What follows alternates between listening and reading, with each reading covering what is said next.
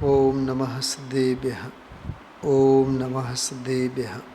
ઓમ નમઃ સિદ્ધેભ્યઃ. અહોભાવ નિર્ગ્રંથ મુનિ ભગવંતો અંગેના પૂજ ગુરુદેવ શ્રીના ઉદ્ગારો. નમો લોએ સવ સાહુણમ પંચ નમસ્કાર મંત્રમાં પાંચમો જે ચરણ છે એ પણ આ શાસ્ત્રને બીજું એક નામકરણ કરવામાં આવેલ છે. ઘણીવાર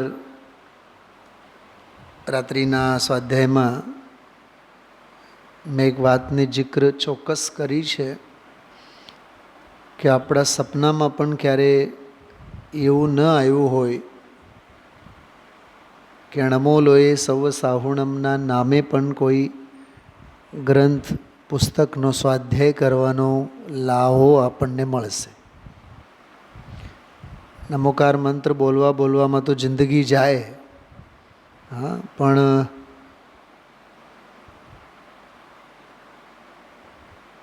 નમો લોએ સવ સાહુણમ એમાં આચાર્ય ઉપાધ્યાય અને સાધુ બધા જ અંતર્ગર્ભિત થાય છે. તો એમના નામથી અથવા એ ટૉપિકને મુખ્ય કરીને સંકલિત બોલોનો એક સરસ ગ્રંથ શાસ્ત્ર આપણને વાંચવા મળે, સમજવા મળે. બહુ અલૌકિક વાત છે. એક બહુ માર્મિક વાત મગજમાં આવે છે. પહેલાં આ પુસ્તક પહેલાં ધન્ય મુનિ દશાના નામે ગુરુદેવ શ્રીના પ્રવચનોમાંના મુનિરાજ અંગેના બધા બોલોનું સંકલન અલીગઢથી છપાણા. એ હશે 200-250 પાનાના 4-5 ભાગ છપાણા ધન્ય મુનિ દશાના નામે. અને અલીગઢથી જે છપાતી પત્રિકા છે મંગલાયતન, એમાં સંપાદકીયમાં એ બધા લેખો એમાં આવતા. 2-5 વર્ષ સુધી ચાલ્યા. પછી લેખોનું એક સંકલન થયું, એનું નામ પાડ્યું ધન્ય મુનિ દશા. હવે ગુરુદેવશ્રીની આ સમયસાર સંપ્રાપ્તિ શતાબ્દી વર્ષની ઉજવણી 100 વર્ષ થયા એના ઉપલક્ષમાં જાત જાતના બધા ગ્રંથો, પ્રવચનોના સંકલનો બહાર પડ્યા. તો ઓલા ધન્ય મુનિ દશા તો 3-4 ભાગ હતા. એટલે હવે એટલો બધો વિસ્તાર તો કોણ વાંચે ને. એમાંથી 1008 બોલોનો એક સંકલન બહાર પાડ્યું. એનું નામ છે આ અહોભાવ. એટલે ઓલા હજારો પ્રવચનોમાંથી હજારો વિષયો એક બાજુમાં, મુનિરાજ અંગેના ઉદ્ગારો એક બાજુમાં, એ ધન્ય મુનિ દશા. હવે એ 4-5-6 ભાગોમાંથી વળી પાછા એમાંથી સિલેક્ટેડ બોલો, એ આ અહોભાવ. એટલે કેટલું બધું આમ શોર્ટ આઉટ કરીને, સંકલિત કરીને આપણી સામે આ બધું સાહિત્ય હાલમાં ઉપલબ્ધ છે.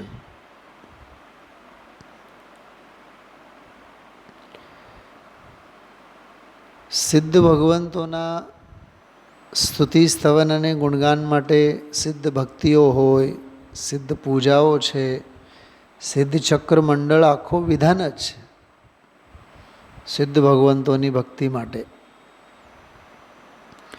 અરહંતોની ભક્તિ આરાધના માટે તો ઘણા બધા વિધાનો છે. જેમ કે નવલબ્ધિ વિધાન, કેવળી ભગવાનની, સર્વજ્ઞ ભગવાનની નવલબ્ધિઓ, અનંત ચતુષ્ટય અને ક્ષાયિક દાન, ક્ષાયિક લાભ વગેરે 99 ક્ષાયિક ભાવો અરહંત, તીર્થંકર અરહંતની મુખ્યતાએ એ વિષય છે. આચાર્ય ભક્તિના સંદર્ભમાં પણ પંચ પરમેષ્ઠી પૂજાઓમાં આચાર્ય ભગવાનની પૂજાઓ આવે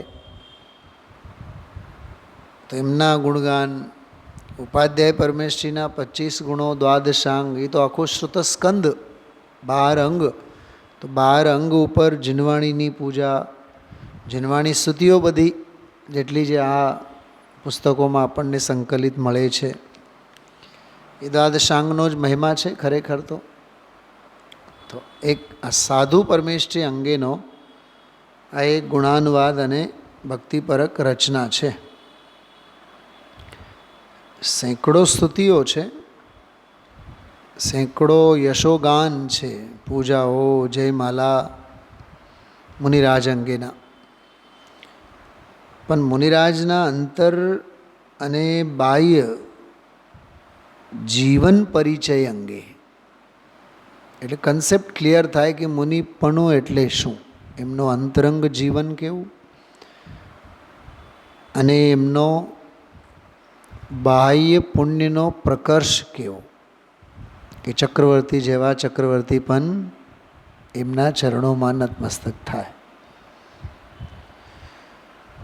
અંતરંગ પવિત્રતા એ તો રત્નત્રય ભાવ છે, શુદ્ધોપયોગ રૂપ મુનિધર્મ. પણ બાહ્યમાં પણ પવિત્રતા ક્યાં ઓછી હોય મુનિરાજ માટે. તન પર વસ્ત્રનો કટકો નથી, દેહ શૃંગાર નથી. દેહ શૃંગાર તો નથી, પણ કારણ વિનાની દેહની સેવા કહો કે દેહમાં આત્મબુદ્ધિ, દેહાધ્યાસ એ નથી. અને કારણ વિના મન વચન કાયાની પ્રવૃત્તિ એ ત્યાં નથી. એટલે તમે જો બાહ્ય પવિત્રતા પણ મુનિરાજના જીવનની વાત કરું છું. દિન રાત આત્મા કા ચિંતન, તો મન કામે છે ચિંતનમાં. મૃદુ સંભાષણ મેં વહી કથન, વચન પણ ધંધે લાગી ગયો છે. નિર્વસ્ત્ર દિગંબર કાયા સે ભી પ્રગટ હો રહા અંતર્મન, તો એ રહી કાયા શરીર એ કામે લાગી ગયો છે. મન વચન કાય, આત્માનું ચિંતનમાં, આત્મચિંતનમાં મન લાગેલ છે. હિતમિત પ્રિય વાણી, ધર્મોપદેશ આદિકના બોલવારૂપ ભાષાનો પ્રયોગ, એમાં વચન લાગેલા છે. અને રહી હવે કાયા એ સંયમના પાલનમાં તો બાહ્યમાં છે જ. શું સમજાણો, શું કીધું? એટલે મન વચન કાયા, મનોયોગ, વચન યોગ અને કાય યોગ, ત્રણે ત્રણ જ્ઞાનની આરાધનામાં, સંયમની આરાધનામાં, માર્ગની પ્રભાવનામાં ખ્યાલમાં આવે છે. તો આવું આ મુનિરાજનું પરમ પવિત્ર જીવન હોય છે. એમનું મૌન રહેવું એ ઉપદેશ છે, બોલવું એ ઉપદેશ છે. બોલે તોય ધર્મોપદેશ, મૌન રહે તોય ધર્મોપદેશ છે ને. ગજબની વાત. હા અંજુભાઈ, બોલે તોય હિતમિત પ્રિય વાણી જ બોલશે, ઉપદેશ ધર્મોપદેશ જ આપશે. નહીં બોલે, સ્વરૂપમાં લીન રહે તો મહાન ધર્મોપદેશ કરવા જેવું તો હા ખ્યાલમાં આવ્યું. મૌન રહો, સ્વરૂપમાં ગુડુપ થઈને રહો, ખ્યાલમાં આવે છે. હા કાઢો આ જિનેન્દ્ર અર્ચનામાંથી દેવશાસ ગુરુની પૂજા કાઢો, એની જયમાલામાં ગુરુ વંદના છે. એમાં એટલે મુનિરાજોની વંદના, એમનો અહોભાવ એમાં વ્યક્ત કરેલ છે. એનો આપણે પાઠ કરીએ અને પછી આગળના બોલોનો સ્વાધ્યાય આપણે લેશું.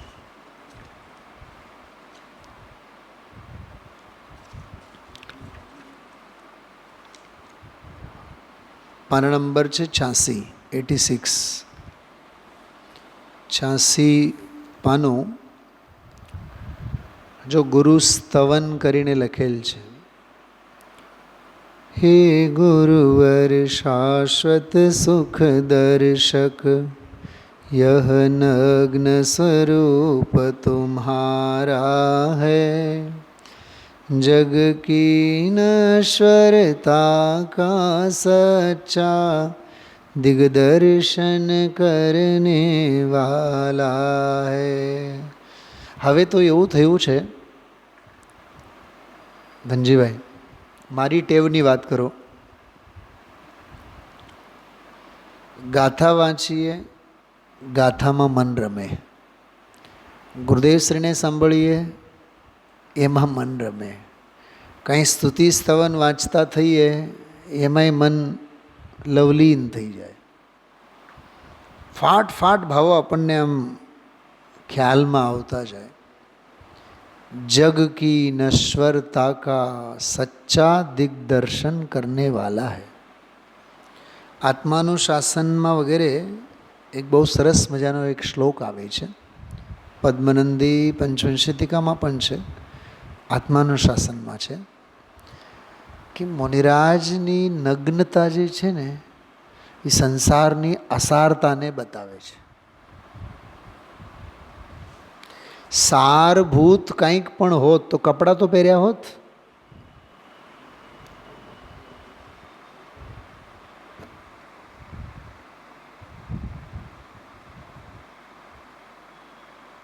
તમે ઘણા વડીલોને જોયા હશો, ઘરના જુવાનિયાઓ લેડીઝ હોય કે જેન્ટ્સ હોય, સોનું અને ચાંદી શોક શાનો શૌકતમાં ફેશનમાં ઘરેણાઓથી લદેલા હોય, બરાબર. હવે એ કરોડપતિના ઘરના વડીલો, એને ક્યાં હોય ઘરેણાઓનો શોખ? ચાહે તો એ કરોડો પહેરી શકે, પણ કદાચ એકાદ માંડ વીંટી પહેરતા હોય ભલે ને એની પાસે ઘણું બધું, ના હોય એમ નહીં, પણ હવે ખરેખર એને એ રાગ રંગમાં રસ ન હોય, મન ઉઠી ગયું હોય, ભોગવી પણ ઘણું બધું લીધા હોય. જવાન હતા ત્યારે જવાનીમાં ભોગવટો ઘણો કરી લીધો હોય, ખરેખર તો હવે એ રાગ રંગ આદિકથી મન ધરાઈ રહ્યું હોય અને હવે એમાં રસ ન હોય. હું તાત્વિક દૃષ્ટિએ વાત કરું છું. હવે એક અંદરમાં ઉદાસીનતા આવી હોય.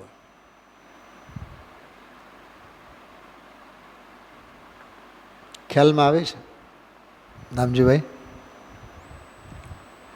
ઘરના જુવાનિયાઓ કે બીજી ત્રીજી પેઢી દેહને સજાવવામાં, કપડાં લત્તા દાગ દાગીનાના શોખ કરવામાં, ફેશન કરવામાં કેટલા મસ્ત મૌલા હોય, બરાબર. અને ઘરના વડીલ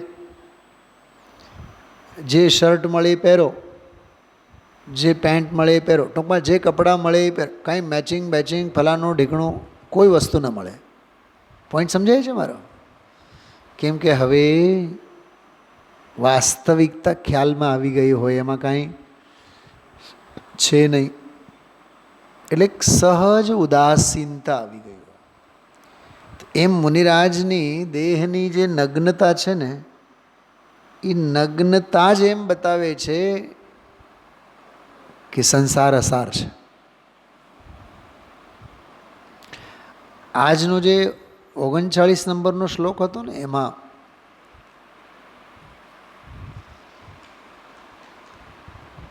ઇન્દ્રજાલોપમમ સર્વમ જગત, સમ્યક દૃષ્ટિ જ્ઞાની જગતને કઈ દૃષ્ટિએ જુએ છે? ઇન્દ્રજાળ જેવું જુએ છે. દામજીભાઈ, આજનો પ્રવચન થોડુંક શાંતિથી બેસીને વાંચવા જેવું છે. મેં આજે બપોરે 1-2 વખત જોયું કે મેં કરીને એ 2-3 પાનાથી આગળ હું વધતો જ નહોતો. એમાં ઇન્દ્રજાલોપમમ વાળી પંક્તિનો અર્થ કરતાં ગુરુદેવશ્રીએ કીધું કે ઇન્દ્રજાળ છે જ ક્યાં, કે એ તો અવસ્તુ છે. શું બોલ્યા? આજના પ્રવચનમાં બોલ્યા છે. ફોર એક્ઝામ્પલ, જાદુગર કાગળનો ટુકડો આપો ને 500 રૂપિયાની નોટ બનાવે આપે. જો એ 500 રૂપિયાની નોટ બનાવી શકત તો ખુલ્લા મેદાનમાં શા માટે ધંધા કરવા માટે આવે? છાપે ને પછી રોજ. પછી ભારત સરકારને પણ પૈસા પૂરા પાડે.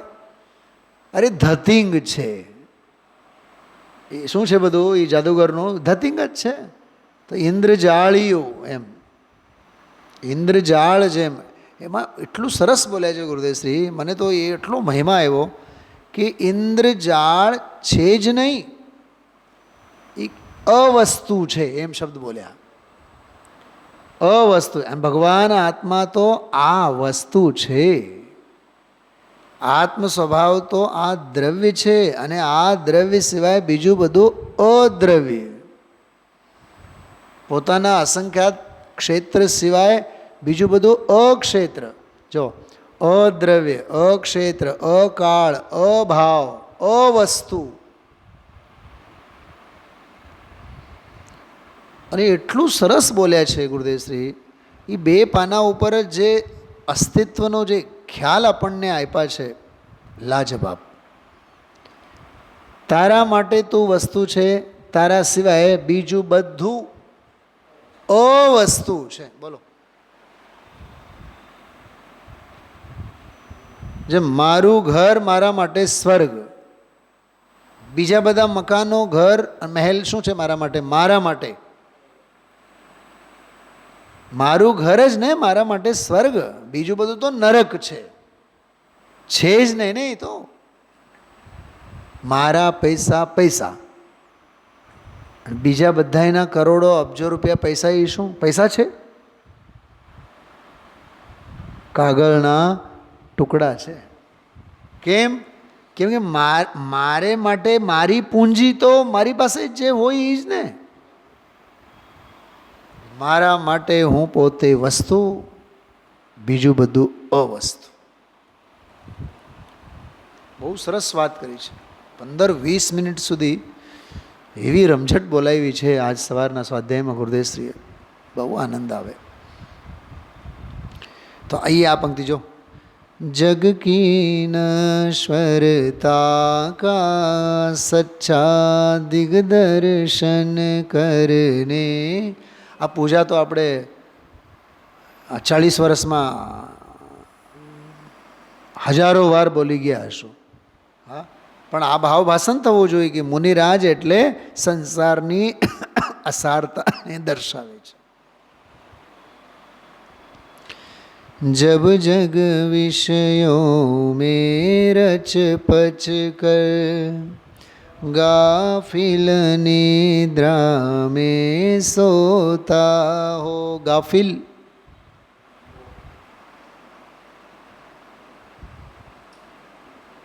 ખ્યાલમાં આવે છે? ગાફિલ થઈને નિદ્રામાં સોતા હોય એમ. એ વિષયોમાં રાચતા, બધા વિષય ભોગોમાં રાચતા. રચ પચ કર, જો રાચેલા. अथवा वह शिव के निष्कंटक पथ में विषकंटक बोता. शिव मार्ग એટલે કલ્યાણ. આ મોક્ષ માર્ગ તો નિષ્કંટક છે, પણ નિષ્કંટક માર્ગમાં પણ વિષયોના કાંટાઓ વાવે. ખ્યાલમાં આવે છે? મોક્ષ માર્ગ નિષ્કંટક છે, કલ્યાણનો માર્ગ નિષ્કંટક છે, પણ નિષ્કંટક મુક્તિના માર્ગમાં વિષય ભોગોના કાંટાઓ જગતના જીવો વાવે છે એમ કહે છે રાજુભાઈ. એટલી સરસ વાત છે. જો हो अर्धनिशा का सन्नाटा, वन में वनचारी चरते हो, तब शांत निराकुल मानस तुम. તમારું માનસ કેવું? માનસ એટલે મેન્ટેલિટી.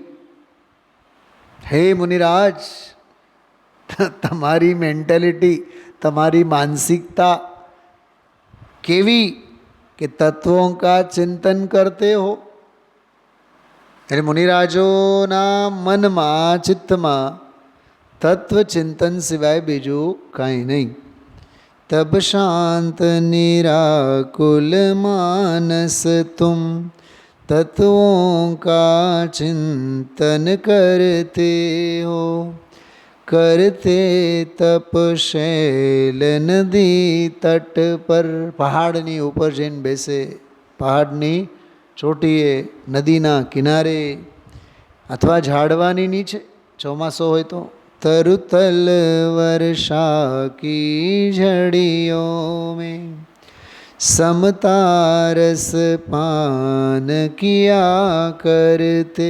જો આ સમતા રસનો રસપાન. સુખ દુઃખ દોનો કી ઘડીઓ મેં. જો સમતા, સુખમાં પણ અને દુઃખમાં પણ. સહજ પરાન્મુખ. હમણાં આપણે વાત કરી હતી ને ગઈકાલે, હરિ મિત્ર મહેલ મસાન કંચન, એ વાત છે આ. અંતર જ્વાલા હરતી વાણી. આ સમજવા જેવું છે. મુનિરાજ બોલે ને ઉપદેશ આપે તો મુનિરાજનો ઉપદેશ કેવો કે સાંભળનારના અંતરંગમાંની કશાયની જ્વાલા હરી લે. પકડાય છે વાત? મુનિરાજની વાણી, મુનિરાજનો ધર્મોપદેશ કેવો કે એમની વાણી એવી છે કે અંતર જ્વાલા હરતી. કેમ કે બોલે એટલે વૈરાગી, ન બોલે તોય વૈરાગી. અંગ અંગમાં મુનિરાજને તો વૈરાગ્ય જ છે. માનો ઝડતી હો ફૂલ ઝડિયા, ભવબંધન તડ તડ ટૂટ પડે, ખिल જાય અંતર કી કલિયા. બોલો, અંતરંગની કળીઓ બધી ખીલી ઉઠે. તુમ સાદાની ક્યા કોઈ હો, જગ કો દે દી જગ કી નિધિયા, दिन रात लौटाया करते हो, सम शम की અવિનશ્વરમણિયા. સમ એટલે સમતા ભાવ, શમ એટલે સુખ, કલ્યાણ. સમતા ભાવરૂપી અને સુખરૂપી અવિનશ્વર મણિયા જગતને માટે તમે લૂંટાવો છો. આવું મુનિપણું હોય, ખ્યાલમાં આવે છે. શ્રમણ આવા હોય, સાધક આવા હોય, આચાર્ય ઉપાધ્યાય સાધુ પરમેષ્ઠી આવા હોય, નિર્ગ્રંથ ગુરુ આવા હોય. કેટલીક નાનકડી જયમાલામાં 10-12 પંક્તિઓમાં કેટલો માર્મિક ભાવ ભરેલો છે. ફરીથી બોલું છું, સાંભળો. ભક્તિના વિવિધ અંગોમાં આ ગુરુ ભક્તિ છે. શું કીધું? મને એક વિચાર ઘણી વાર આવે, 1-2 વખત મેં કદાચ કીધું પણ હશે. અહોભાવ પુસ્તક એટલે શું? એક સ્ટેટમેન્ટમાં જો બોલાય તો મને એક વિચાર આવે, ગુરુના મુખે ગુરુ ભક્તિ.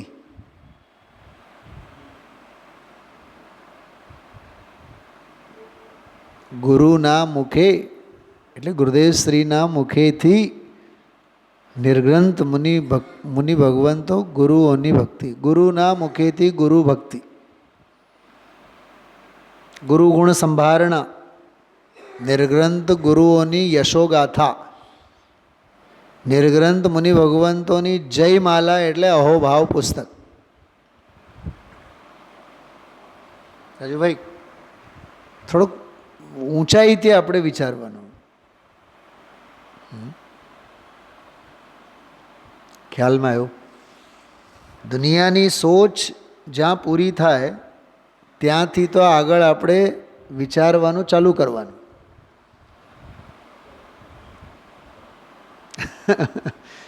સોચ હંમેશા ઊંચી હોવી જોઈએ. વિચાર, વૈચારિક સ્તર, વૈચારિક લેવલ.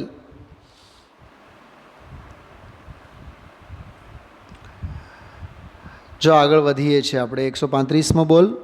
तीर्थंकर भगवंतों ने और वीतरागी संतों ने जो भगवान आत्मा की दिव्यता की महिमा गाई है वही शास्त्र में आया है, वही ज्ञानियों के अनुभव में आया है, उसे भव्य जीव आनंद से सम्मत करते हैं.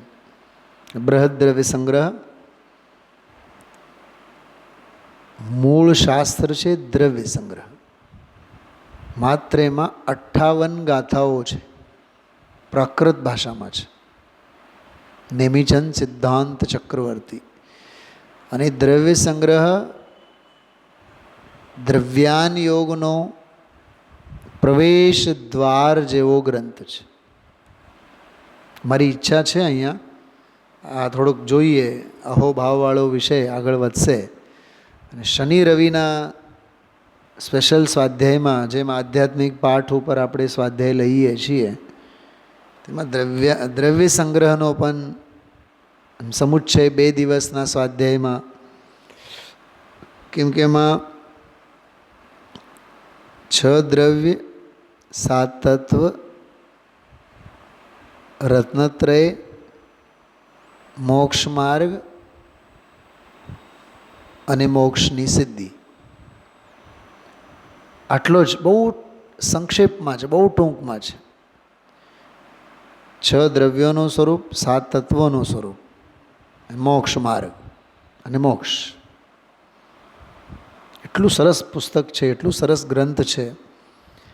ગાથાઓ પણ એટલી અદ્ભુત ગાથાઓ છે.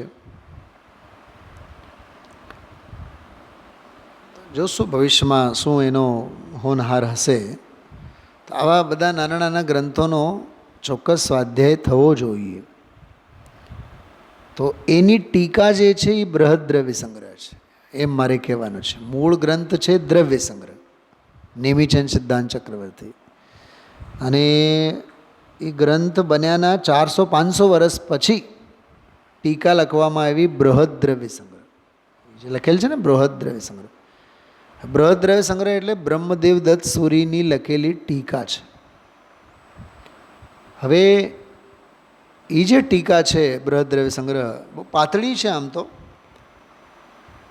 એના ઉપર ગુરુદેવશ્રીના પ્રવચનો છે. હવે એના ઉપરના જે પ્રવચનો છે, જો ગાથા નંબર 40, 223 નંબરનું પાનું. હવે આપણને ઘણાઈને તો ખબર ન હોય દ્રવ્ય સંગ્રહ એટલે શું અને બૃહદ દ્રવ્ય સંગ્રહ એટલે શું. બોલો, અભ્યાસ નથી ને. ગુરુદેવના પ્રવચન બૃહદ દ્રવ્ય સંગ્રહ ઉપર છે. એના કેટલા ભાગ, કેટલા પ્રવચનો છે એ ખબર ન હોય જીવોને. સાચું કહું, 9000 પ્રવચનોમાં હજારો એવા પ્રવચનો છે કે સામૂહિક રૂપે સભામાં એ વગાડી જ ન શકો. કેમ ન વગાડી શકો? કેમ કે અવાજ, રેકોર્ડિંગ, ઘણી બધી બાહ્ય સમસ્યાઓ છે એમાં. અચ્છા, બીજું કદાચ એ હોય તો હવે લોકોને એ આગ્રહ હોય કે ગુરુદેવશ્રી જે પ્રવચન કરે છે પુસ્તક જોઈએ. એટલે આલંબન જેટલું આપો એટલું ઓછું છે. આપણા છોકરાઓ પણ જે પાંગળા થયા છે ને માટે જ થયા છે. કેમ કે એ જે કાંઈ કહે મા બાપ હાજર. એટલે હવે તો ધીમે ધીમે સભામાંના શ્રોતાઓને ટેવ પાડવાની જ રહી. શાસ્ત્ર હાથમાં મળશે નહીં કાં તો ઘરે સાચવીને રાખો, જ્યાં ત્યાંથી મળે ત્યાંથી, બાકી સ્ક્રીન ઉપર આવશે અને દર સેકન્ડે લીટીઓ બધી પારિણામિક ભાવે ગુડુપ થતી જશે. એટલે બહુ હૃદયથી એક વાત કરું, દરેક મુમુક્ષુની પોતાની ઘરમાં એક નાનકડી લાઇબ્રેરી હોવી જોઈએ. કરોડોના આપણા બંગલાઓ હોય, લાખોના મકાન હોય, હા, લાખોના ફર્નિચરો હોય, પણ જીનવાણીને સાચવવા માટે, હા, અને આત્મકલ્યાણ માટેના અધ્યાત્મના પરમાગમો, આત્માનુશાસન, પદ્મનંદી પંચમશતિકા, પુરુષાર્થ સિદ્ધિપાય, જિનેન્દ્ર અર્ચના, ભક્તિ સરોવર, આવા બધા જે પ્રયોજનભૂત 5, 50, 100, 200 ગ્રંથોનો સંગ્રહ હોવો જોઈએ દરેક પાસે.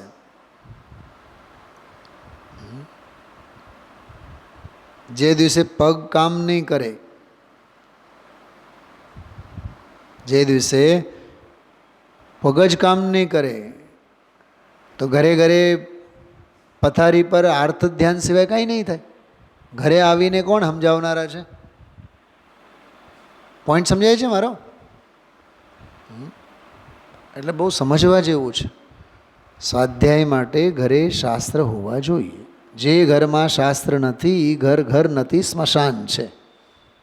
ગુરુદેવસિંહ ફરમાવે છે સ્પષ્ટ. એટલે દ્રવ્ય સંગ્રહ બહુ સરસ ગ્રંથ છે. તો એમાંનો આ બોલ છે. જો તીર્થંકર ભગવંતો, જો કે આ બોલ જે છે ને 135મો, આવો બોલ તો ગુરુદેવશ્રી ઘણીવાર પ્રવચનમાં બોલતા હોય. તીર્થંકર ભગવંતોએ જોયું અને જાણ્યું અને કીધું, બોલતા હોય છે કે નહીં? હા. અને મુનિ ભગવંતો એના કેવળીના કેળાએ તો એમણે સ્વીકાર્યું, શાસ્ત્રોમાં સંગ્રહીને આપણી પાસે પહોંચાડ્યો, એવું પણ બોલતા હોય. એવું બોલ છે. પણ થોડુંક બહુ સરસ પ્રોફેશનલ ટચ છે આનો, લિટરેચરનો ટચ છે, સાહિત્યનો આમાં બહુ સરસ પુટ આપવામાં આવેલ છો. तीर्थंकर भगवंतों ने और वीतरागी संतों ने, पांचे परमिष्ठ આવી ગયા એમાં. સિદ્ધો થોડા ગૌણ રાખો તો અરહંત, આચાર્ય, ઉપાધ્યાય અને સાધુ બધા આવ્યા. તો કહે છે કે तीर्थंकर भगवंतों ने और वीतरागी संतों ने जो भगवान आत्मा की दिव्यता की महिमा गाई है. શું કીધું? ખ્યાલમાં આવ્યો? તીર્થંકરોની વાણીમાં અને નિર્ગ્રંથ મુનિ ભગવંતોની વાણીમાં આત્મ મહિમા સિવાય બીજું કાંઈ નથી. એટલે જ મેં સવારે કીધું હતું, દામજીભાઈ યાદ છે, આત્માનુભૂતિ ही જરૂરી है, બાકી સબ મજબૂરી है. પણ આપણને દુનિયાની મજબૂરી એ જરૂરી લાગે છે, અને જે આત્મકલ્યાણ જરૂરી છે એ મજબૂરી એ નથી લાગતી, લિસ્ટમાં જ નથી. સ્વાધ્યાય, આત્મહિત લિસ્ટમાં જ નથી. એટલે આ પંક્તિઓ બહુ સરસ છે. જો ભગવાન આત્મા કી દિવ્યતા કી મહિમા ગાई गई है, वही शास्त्रों में आया है. જો દેવ, ગુરુ, શાસ્ત્ર ત્રણે આવી ગયા. तीर्थंकर भगवंत એટલે દેવ, वीतरागी संतो એટલે गुरु, અને શાસ્ત્રો में आया है ये शास्त्र जिनवाणी. तो देव, शास्त्र અને गुरु ત્રણે આવ્યા ને. वही ज्ञानियों के अनुभव में आया है. હવે જો એ સ્વાનુભવ પ્રત્યક્ષ છે ને, ગજબની વાત. જ્ઞાનીઓના અનુભવમાં એવો જ આવેલો છે. હવે સાંભળજો, દેવ, શાસ્ત્ર, ગુરુ ત્રણે આવ્યા.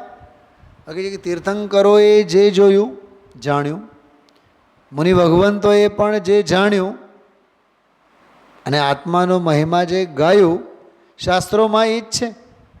તો દેવ, શાસ્ત્ર, ગુરુ આખી કેટેગરી પૂરી થઈ. હવે કહે છે જ્ઞાનીઓની, એ લાઈનમાં જ્ઞાનીઓ છે. હવે છદ્મસ્ત કહે છે કે દેવે જે કીધું, ગુરુએ જે ફરમાયું અને શાસ્ત્રોમાં પણ જે સંકલન કરવામાં આવ્યું, જ્ઞાનીઓના અનુભવમાં પણ એ જ છે. સ્વાનુભવ પ્રત્યક્ષ બે વસ્તુ બોલું છું, સાંભળો. એક આગમ પ્રમાણ અને એક અનુભવ પ્રમાણ. તો તીર્થંકર અને મુનિ ભગવંતોથી મળેલો આખો આગમ પ્રમાણ અને જ્ઞાનીઓએ પુરુષાર્થથી અંદરમાં મેળવેલો અનુભવ પ્રમાણ. શું કીધું? મને એવું દેખાય છે એમાં, તમે જો એ મારી નજરે જુઓ તો થોડો ખ્યાલ આવશે. પકડાય છે ધનજીભાઈ? હા, છે ને? સ્પષ્ટ જ છે કે નહીં? હા, તીર્થંકર ભગવંતોને દેવ આવ્યા, વીતરાગી સંતોને ગુરુ આવ્યા. હવે એ બેઉ જણાએ કર્યું છે શું? અચ્છા, કહેવાય બે, છે અનંત. કેમ કે અત્યાર સુધી તીર્થંકરો કેટલા થયા કે અનંત, અને નિર્ગ્રંથ મુનિ ભગવંતો કેટલા થયા એ અનંત, કેમ કે કાળ અનંત છે ને. તો અનંતા તીર્થંકરોએ, અનંતા મુનિ ભગવંતોએ આત્મ મહિમા, આત્માની દિવ્યતાનો ગુણગાન, મહિમા ગાન, યશોગાન જે કરેલ છે શાસ્ત્રોમાં તે જ છે. અને શાસ્ત્રો સુધી આવેલી પરંપરા મુજબ જ અસંખ્યાતા અનંતા બધા જ્ઞાનીઓએ પણ એવો જ અનુભવ કરે છે.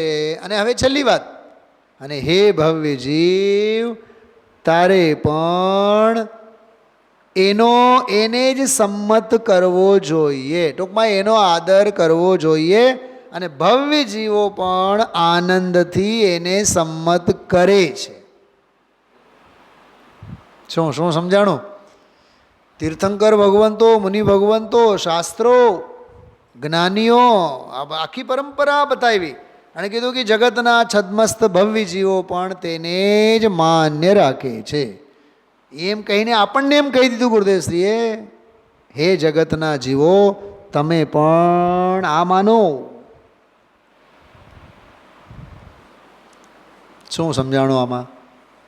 અને અધ્યાત્મની મૂળ વાત આ બોલમાં છૂટી નથી. હા, જો સાંભળો, તીર્થંકરો, મુનિ ભગવંતો, શાસ્ત્રો, જ્ઞાનીઓ અને ભવ્ય જીવો, પણ વચ્ચે મૂળ વાત છે આત્માની દિવ્યતાનો મહિમા. તીર્થંકરોએ એ જ ગાયો, સંતોએ એ જ ગાયો, અનુભવીઓએ અનુભવમાં એ જ લીધો, શાસ્ત્રોમાં પણ એની જ વાત છે, ભવ્ય જીવો પણ એને જ માને છે. કોને? આત્માની દિવ્યતાનો મહિમા. બોલો, કેટલી માર્મિક વાત છે આ. શાસ્ત્રોમાં આત્મા સિવાય બીજી કોઈ વાત નથી.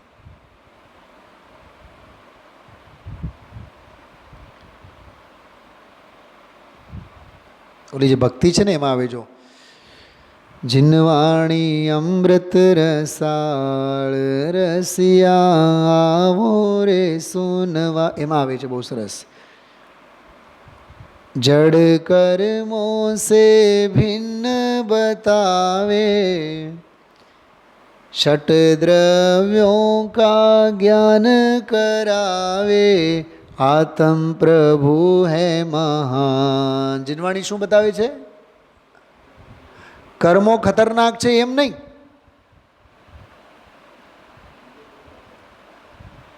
षट द्रव्यों का ज्ञान करावे, जड़ कर्मों से भिन्न बतावे, आत्म प्रभु है महान. तो शास्त्रोए महिमा कोनो गायो? आत्मानो.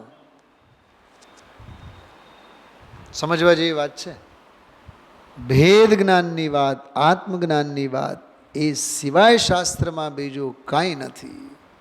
મેં હમણાં સાગરમાં દશલક્ષણના 12 ભાવનાઓના સ્વાધ્યાયમાં એક બહુ સરસ વાત કરી હતી, લોક ભાવના. તો લોક ભાવનામાં ચારે ગતિઓના અનંતા જીવોના દુઃખોની મધ્યલોક, ઉર્ધ્વલોક, અધોલોક, તો આ વર્લ્ડ ટૂર કરવાની ક્યાં જરૂર છે? ધનજીભાઈ, મેં સ્વાધ્યાયમાં કીધું હતું કે જે પાતાળમાં નિગોદિયા અનંતા દુઃખી છે, સાત નરકના નારકીઓ દુઃખી છે, મધ્યલોકમાં જીવો દુઃખી છે, સ્વર્ગમાં દુઃખી છે, ઉપર સિદ્ધ શિલા ઉપર પણ સિદ્ધો સાથે અનંતા નિગોદિયા છે, એ દુઃખી છે. લોક ભાવનામાં એમાં ત્રણ લોક અંગે ચિંતન કરવામાં આવે. મેં કીધું એનો લાભ શું? સૌથી પહેલો લાભ, આત્મ આરાધના હશે તો ત્રણેય લોકમાં ભટકવું નહીં પડે. 4 ગતિ 84 લાખ યોનિઓમાં 4 ગતિ 84 લાખ યોની રૂપ આ ત્રણેય લોકમાં ભટકવા પાછળનું મૂળ કારણ છે આત્માથી બેભાન, આત્માનું અજ્ઞાન, અનાત્મ જ્ઞાન એમ કહો તો ચાલે. અનાત્મગ્નતાને લીધે જ 4 ગતિ અને 84 લાખ યોનિઓ થાય છે. છડાળા છે ને પહેલી ઢાળ, પહેલી ઢાળમાં તો 4 ગતિના દુઃખોની જ વાત છે. એ તો શ્રેષ્ઠ સર્વશ્રેષ્ઠ લોક ભાવના છે. પહેલી ઢાળ તો સર્વશ્રેષ્ઠ લોક ભાવના છે. એનું કાંઈ ઔચિત્ય છે કે નહીં? એમને એમ જ આપણને બેવડાવવા માટે 4 ગતિઓના દુઃખો બતાવ્યા છે. જો તારી શાન ઠેકાણે નહીં આવે તો આ છડાળાની પહેલી ઢાલ તારી માટે ઊભી જ છે. એની કથા છે. હજી એ તું ચેત નહીં, હજી એ તું નહીં કર તો તારું હોનહાર જોઈને જ આ છડાળાની પહેલી ઢાળ લખેલી છે. ટૂંકમાં 4 ગતિ અને 84 લાખ યોની સ્વરૂપ જે લોકનું જે ચિંતન છે, મારે હવે આ લોકમાં રહેવું નહીં, એટલે 4 ગતિઓમાં મારે હવે ભમવું નહીં, મારે મારું આત્મકલ્યાણ કર્યા વિના છૂટકો નથી, એવું ભાન દેવડાવવા લાવવા માટે લોકભાવના છે. એટલે જનાગમનો કોઈ પણ પ્રકરણ હોય એ છેવટે જઈને જો એમ કહેવાય છે, જગતની બધી જ વિદ્યાઓનું પર્યવસાન એટલે મિલન. જેમ નદી વહેતી વહેતી આવે નર્મદા તો જઈને ક્યાં ભળે, કોની હારે મળે, કોની હારે ભળે, શેમાં વિલીન થાય કે સમંદરમાં, બરાબર, સમુંદરમાં. એમ બધી જ જગતની વિદ્યાઓનો જે પર્યવસાન છે એ અધ્યાત્મમાં છે. એટલે આમાં કીધું કે આત્માની દિવ્યતા ભગવંતોએ કર્યું, સંતોએ કર્યું, શાસ્ત્રોએ કર્યું, જગતના ભવ્ય જીવોએ કર્યું. અને હે જીવો, તમે પણ એનો મહિમા કરો. આત્મા